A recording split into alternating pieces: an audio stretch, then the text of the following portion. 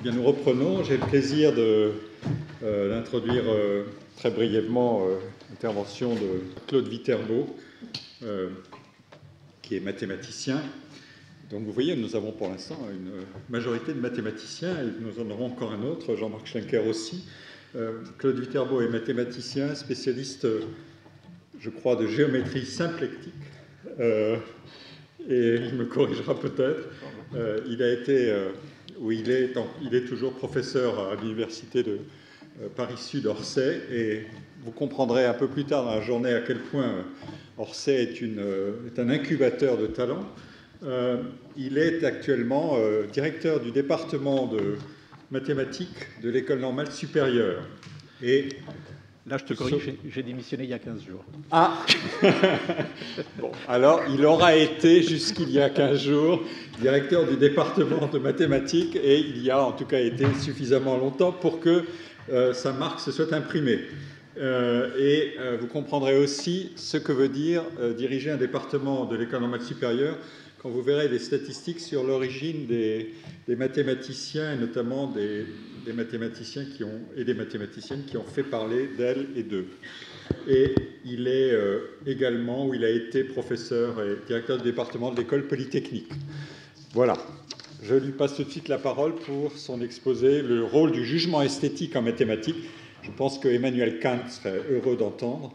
Qu'est-ce qui fait la beauté d'un théorème ? Alors, merci beaucoup, Pierre-Michel Menger. Je suis très heureux d'être ici pour plein de raisons, y compris personnelles. Alors, j'ai légèrement modifié le titre de la conférence en « Qu'est-ce qui fait la valeur d'un théorème ?» pour souligner que si on fait la sociologie du travail des mathématiciens, à mon avis, il faut savoir ce qui fait la valeur de leur production. Alors, j'aurais pu commencer par d'autres choses. Qu'est-ce qui fait la valeur d'une question en mathématiques? Qu'est-ce qui fait la valeur d'une démonstration? Après tout, le théorème, c'est un peu le produit fini de la production mathématique. Donc, il me semblait que c'était raisonnable de commencer par là. Alors, en fait, d'ailleurs, je ne sais pas si je suis ici, je me sens ici un peu comme un cobaye qui serait invité à faire une conférence dans un congrès de biologie. Donc, je ne sais pas si je suis celui qui étudie ou si je suis l'objet d'étude dans ce que je vais dire. Mais c'est parfait. Alors évidemment, on pourrait faire cette évaluation de théorème en utilisant ce que les gens appellent maintenant les indicateurs de référence, qui sont très à la mode, le citation index, indice d'impact, le ranking, H-number, etc., sans absolument se préoccuper de quel est le véritable contenu de l'activité mathématique. À mon avis, c'est un peu comme si on voulait utiliser un logiciel pour noter la beauté d'un tableau. Alors vous allez peut-être être surpris, mais un tel logiciel existe. Il s'appelle Aquine, développé à Penn State, et il donne le résultat suivant. La Joconde, 8,9 sur 10.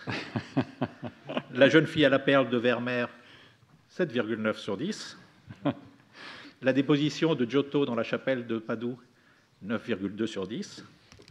La grande vague de Hokusai, 6,5 sur 10.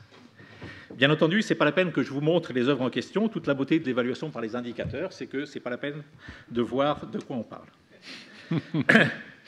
Alors, si cette manière de parler d'œuvres d'art ne vous satisfait pas, et moi elle ne me satisfait pas en tout cas, il y a une deuxième raison de s'intéresser à des critères esthétiques en mathématiques, c'est que contrairement à une loi physique, ce n'est pas tellement la justesse d'un énoncé. Évidemment, la justesse d'un énoncé en mathématiques est importante, hein, mais ce n'est pas le critère qui en fait la valeur. Donc cet autre critère, je ne veux pas faire un... On pourrait passer, les philosophes ont passé des heures, des siècles à discuter de la notion de beau. Je vais appeler ça beauté ou critère esthétique. Et on ne va pas en parler plus, détailler plus pour le moment. Alors, qu'est-ce que disent les mathématiciens sur la beauté des mathématiques? Voilà quelques citations. La première de Gauss, mathématicien de fin XVIIIe siècle, début XIXe, qui dit que les charmes enchanteurs de cette sublime science ne se décèlent dans toute leur beauté qu'à ceux qui ont le courage de l'approfondir. Poincaré parle de la science, y compris des mathématiques, dit que la science n'étudie pas la nature parce que cela est utile, il l'étudie parce qu'il y prend plaisir, et il y prend plaisir parce qu'elle est belle. Si la nature n'était pas belle, elle ne vaudrait pas la peine d'être connue. Je ne parle pas ici, bien sûr, de cette beauté qui frappe l'essence, de la beauté des qualités et des apparences qui n'a rien à faire avec la science. Je veux parler de cette beauté plus intime qui vient de l'ordre harmonieux des parties et qu'une intelligence pure peut saisir. Il y a aussi des phrases de Bachelard. Alors la première que je ne comprends pas très bien, je vous avoue, la science et l'esthétique de l'intelligence. La deuxième que je trouve très, très jolie, Le jugement esthétique porté sur des beautés d'idées scientifiques est un élément important de convergence des travailleurs de la preuve. Cette idée de travailleurs de la preuve, j'avoue, me plaît beaucoup. Alors, passons à un autre texte où la beauté prend vraiment une place centrale. C'est un texte d'un mathématicien anglais qui s'appelle J.H. Hardy, qui était actif, je vais dire, dans la première moitié du XXe siècle, grand mathématicien anglais. Il a écrit un petit livre d'une 50aine de pages qui s'appelle Mathematician's Apology. Le livre n'est pas toujours très sympathique. Il y a une certaine arrogance sur l'inutilité revendiquée des mathématiques, qui, à mon avis, maintenant est un peu à côté de la plaque, je vais dire. Mais sur les critères esthétiques, en tout cas, il dit la beauté est le premier critère.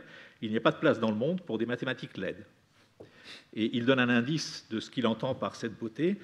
Il dit dans les deux théorèmes qu'il a cités, c'est celui de l'existence d'une infinité de nombres premiers et de l'irrationalité de racine de 2, il y a au plus haut niveau de surprise combiné avec de l'inévitabilité et l'économie.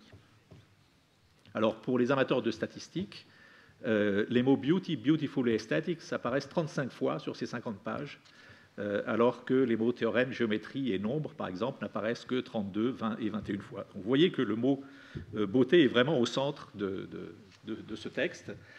Alors, vous allez me dire, oui, mais ça s'appelle Mathematician's Apology, c'est une sorte de brochure publicitaire pour les mathématiques. Donc, évidemment, on parle de beauté. Vous savez que vous allez dans la ville la plus hideuse de France, hein, pensez à celle que vous voulez, vous allez trouver une brochure où on vous explique la beauté, à quel point la ville est belle. Vous allez trouver aussi les champs lexicaux de la beauté qui apparaissent plein de fois. Donc, qu'est-ce qui se passe quand les mathématiciens ou quand les habitants de la ville, j'ai envie de dire, discutent entre eux?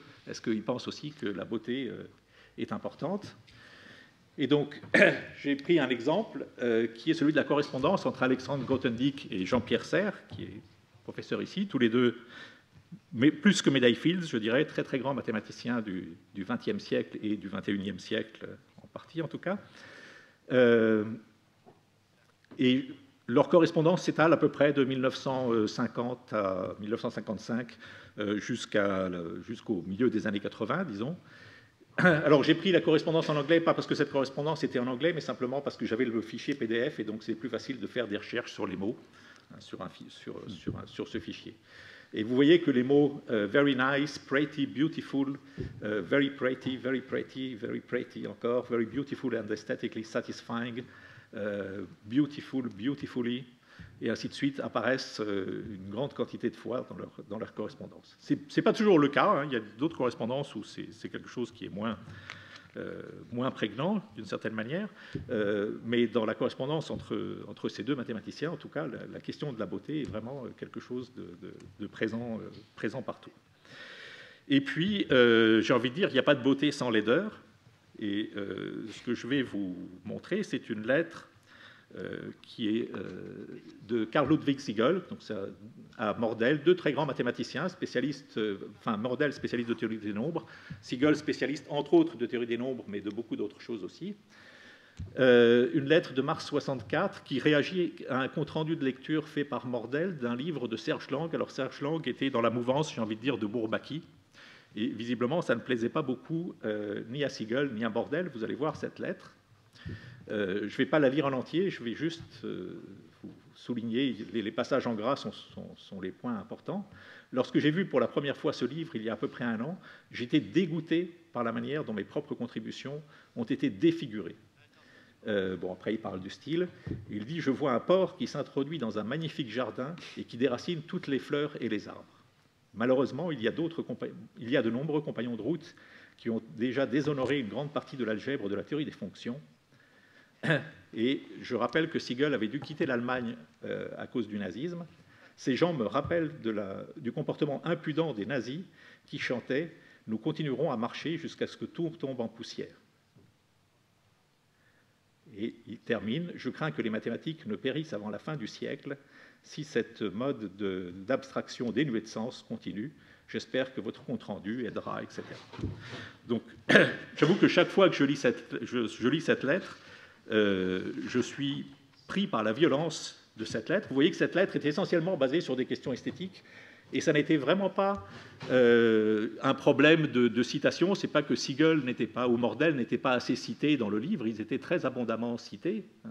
C'était leur propre contribution était vraiment importante. Elle était, j'ai envie de dire, je ne sais pas si on peut dire repackagée en termes modernes, mais enfin en tout cas remise au goût bourbakiste, qui visiblement ne leur a pas plu, mais ce n'est pas un déplaisir superficiel en disant, je sais pas, il y a des fautes d'orthographe ou des choses marginales. Vous voyez que le critère principal, c'est un critère de beauté. J'étais dégoûté, c'était défiguré.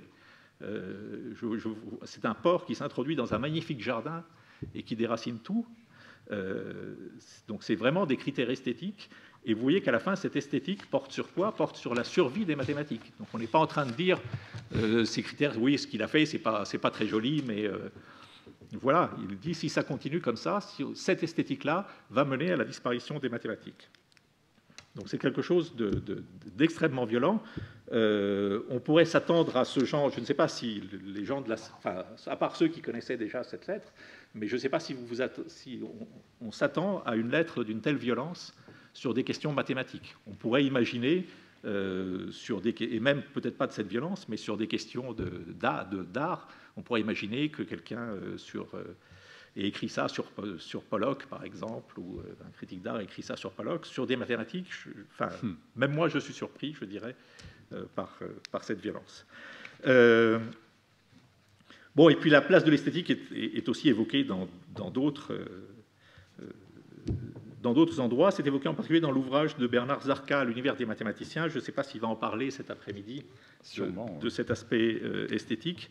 Alors, il nous apprend, il y a une distinction comme Pierre-Louis Lyon, c'est comme Catherine, je n'aime pas beaucoup de distinction entre mathématiciens purs et mathématiciens appliqués. Je pense que ça n'a plus beaucoup de sens. Mais après tout, les gens peuvent s'identifier à une communauté, simplement. Ils mettent des étiquettes.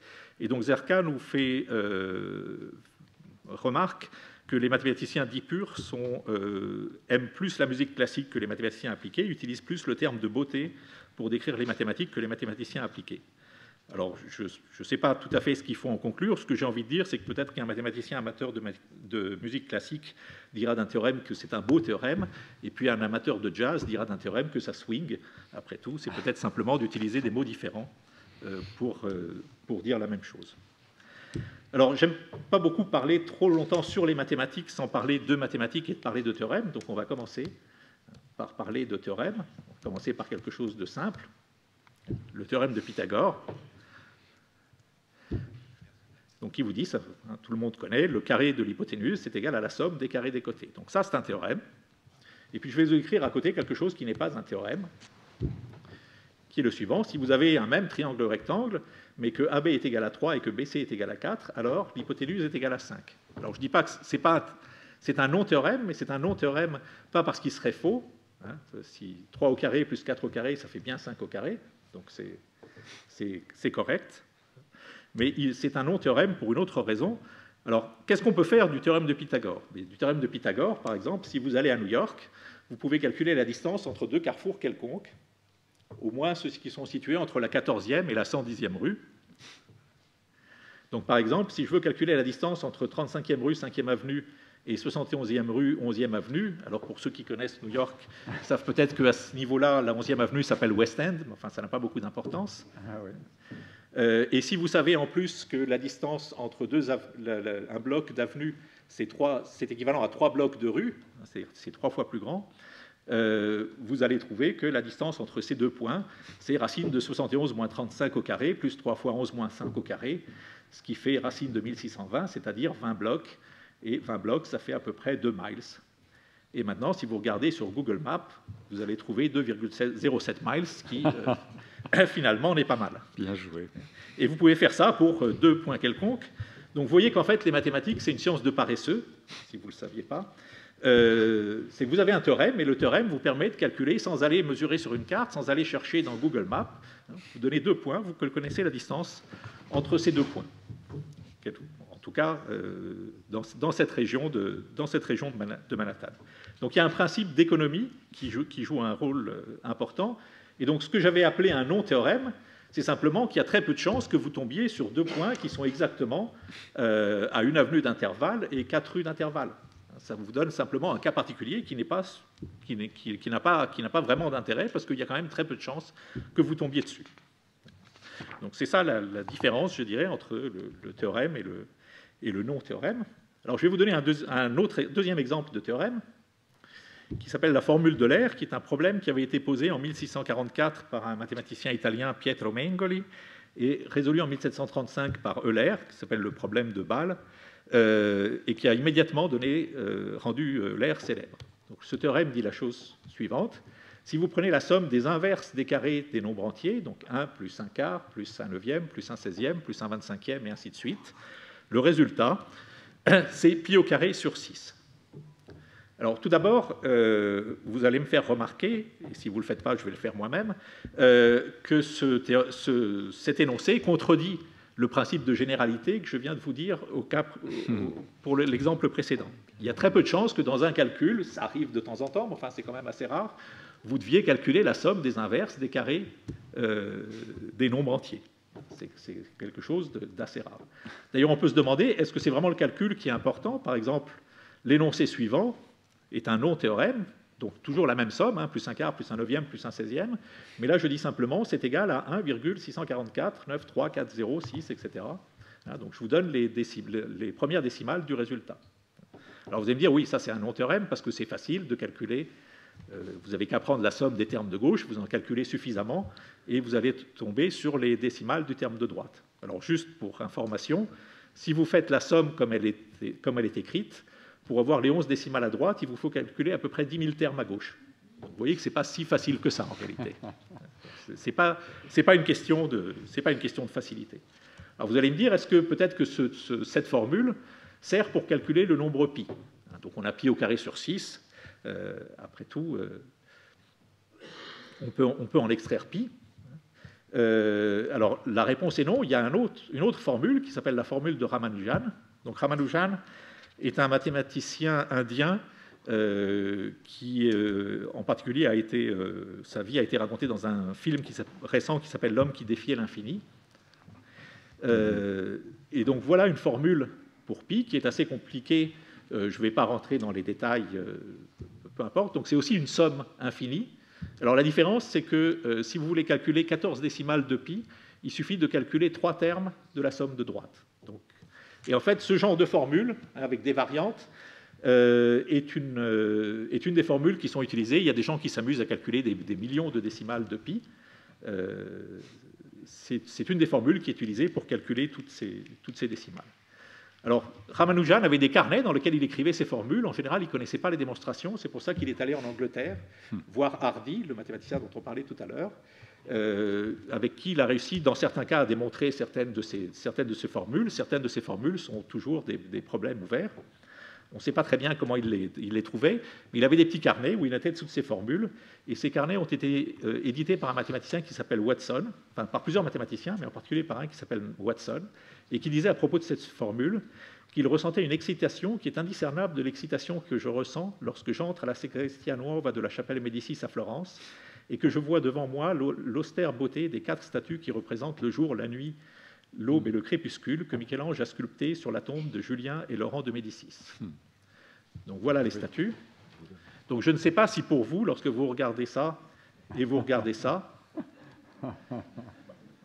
ça vous fait le même effet. J'avoue que ce n'est pas tout à fait mon cas non plus, mais visiblement c'est le cas de Watson et je n'ai rien on ne peut rien dire si c'est son cas.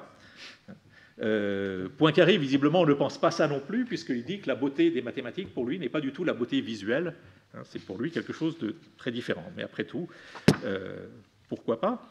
Alors revenons à cette formule d'Euler. Qu'est-ce qui est beau dans cette formule? En fait, c'est l'aspect dont parlait Hardy, c'est l'aspect inattendu. Vous avez un terme de gauche qui est une somme d'inverses de nombres entiers, quelque chose qui dépend de tous les entiers. Vous avez à droite quelque chose qui dépend du rapport entre la circonférence du cercle et son diamètre. Et on ne voit pas pourquoi il y aurait un rapport entre ces deux objets.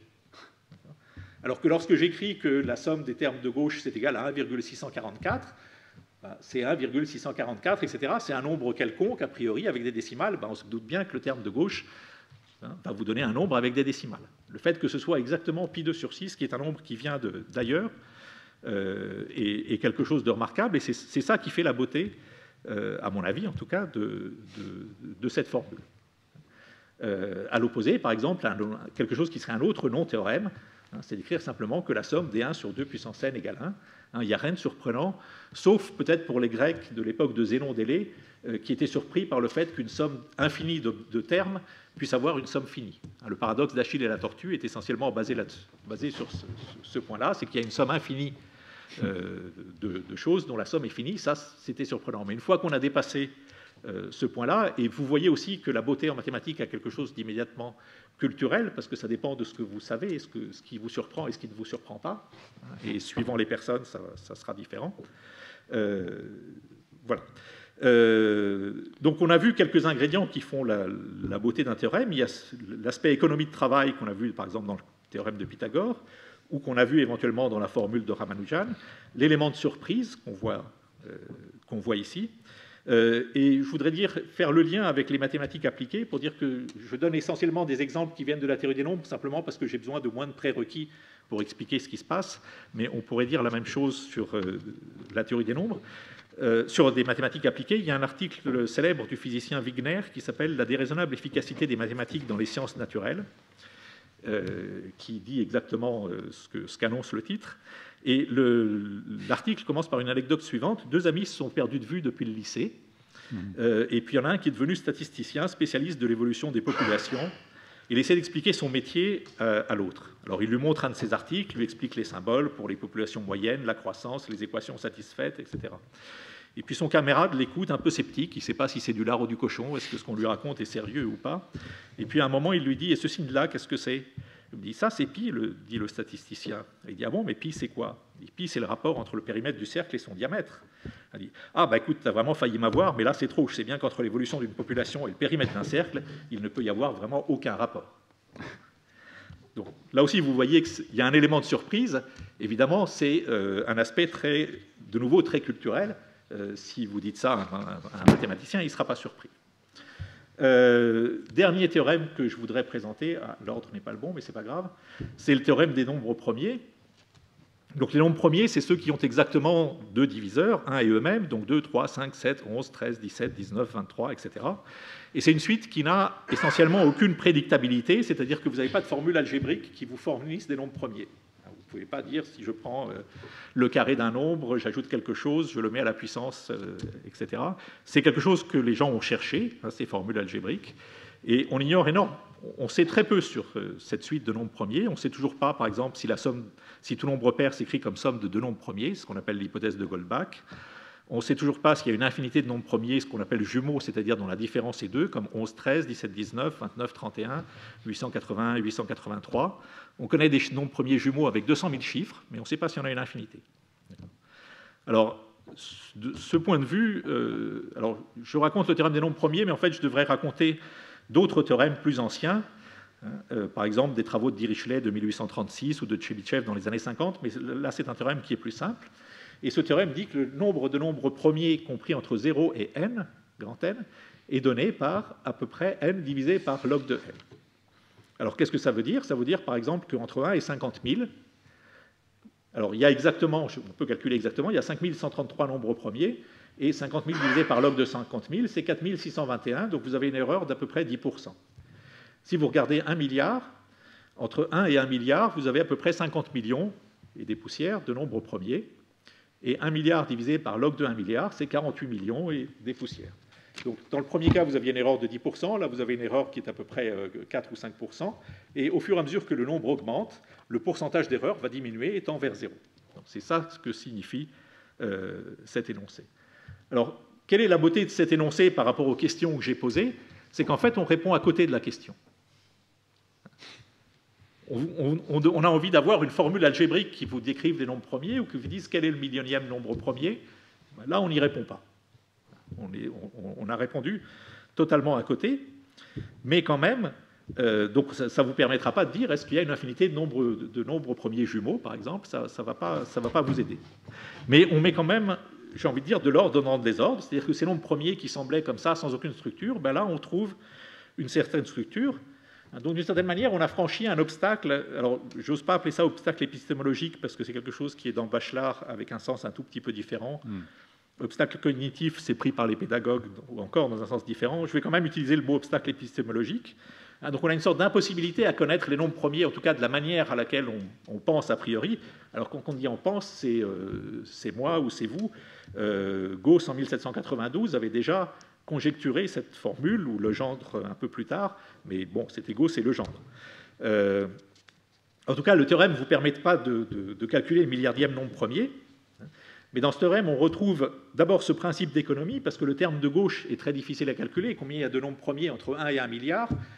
En gros, il n'y a pas de méthode beaucoup plus efficace que de regarder la liste des nombres entre 1 et 1 milliard et de dire celui-là est premier, celui-là n'est pas premier. De regarder les diviseurs, ce qu'on appelle la méthode du crible.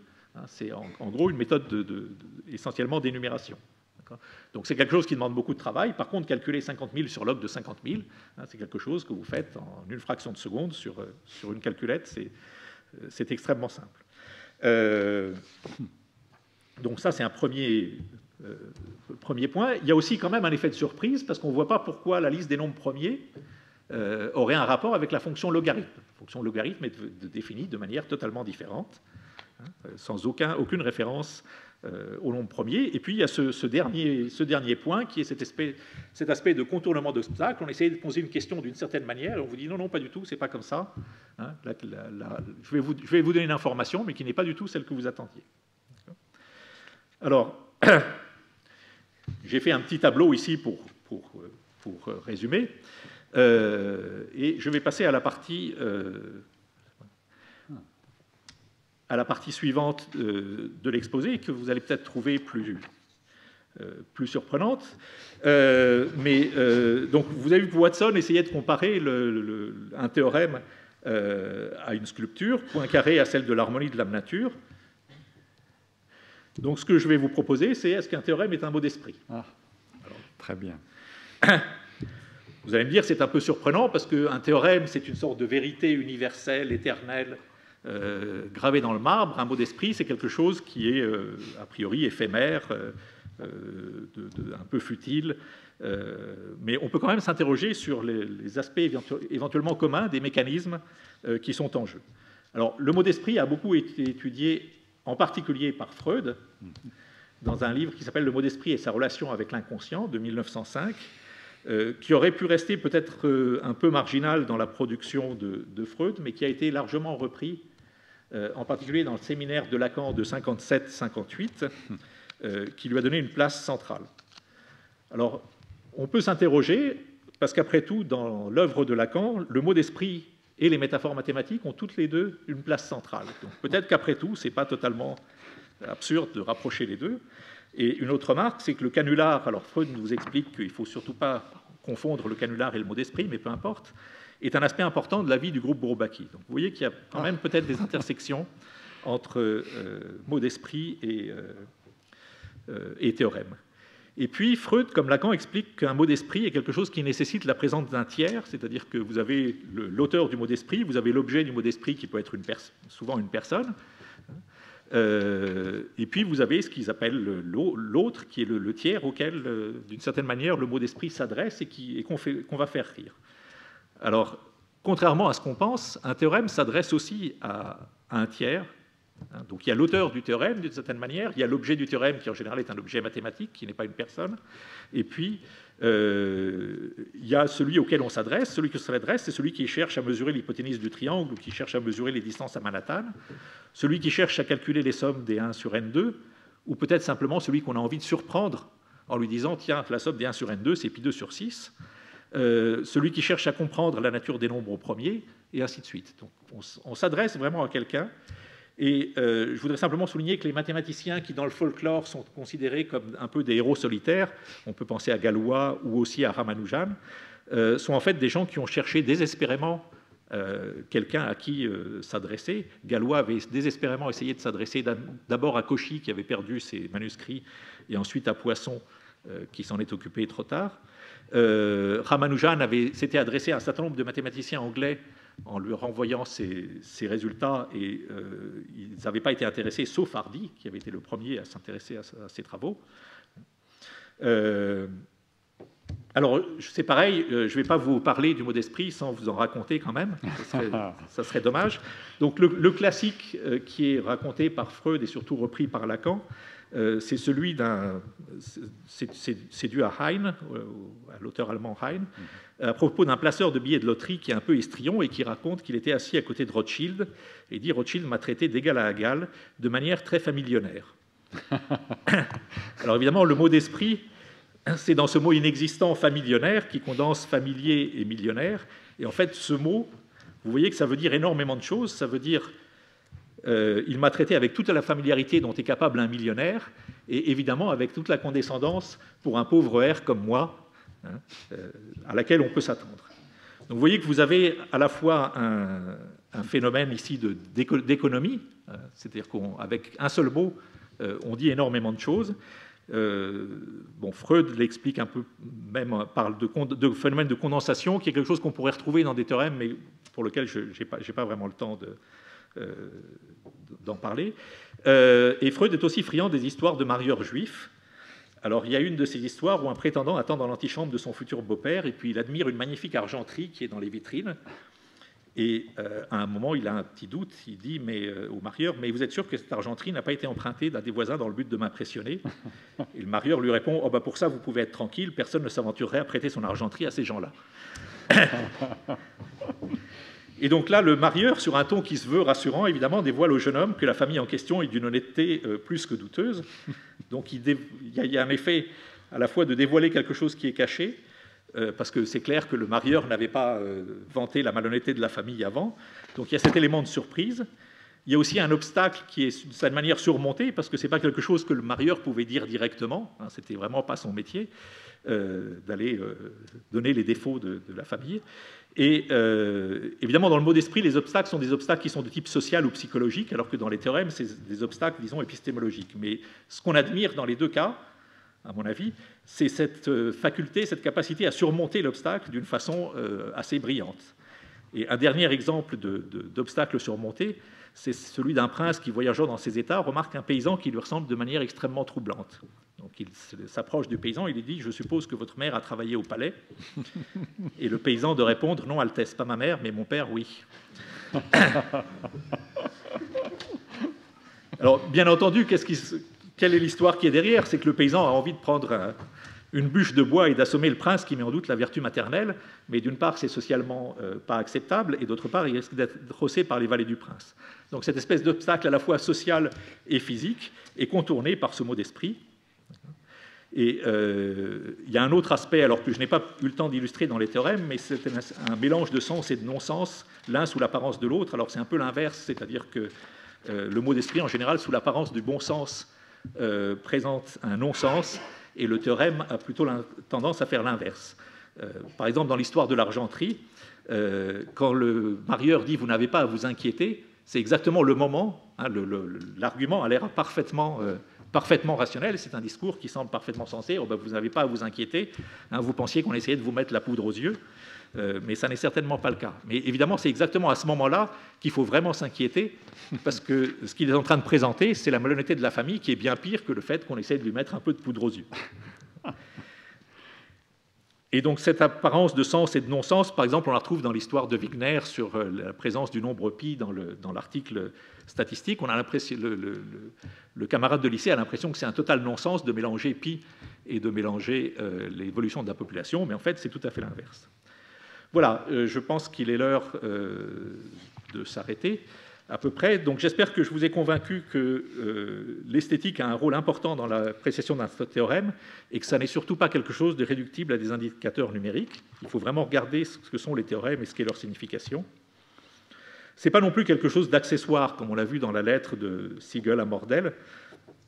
On pourrait imaginer que c'est comme un arboriculteur qui vous dit « Regarde, mes cerisiers sont absolument magnifiques au mois de février », mais son travail, c'est quand même de produire des cerises et de les vendre, et la beauté des cerisiers, c'est quelque chose d'annexe.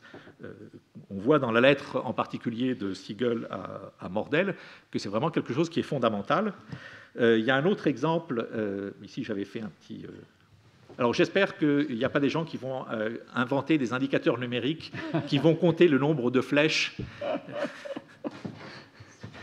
qui partent d'un théorème. Mais cela dit, le plus beau théorème du côté gauche, j'ai envie de dire, c'est le théorème de nombre premier, qui est celui qui a les 3 flèches.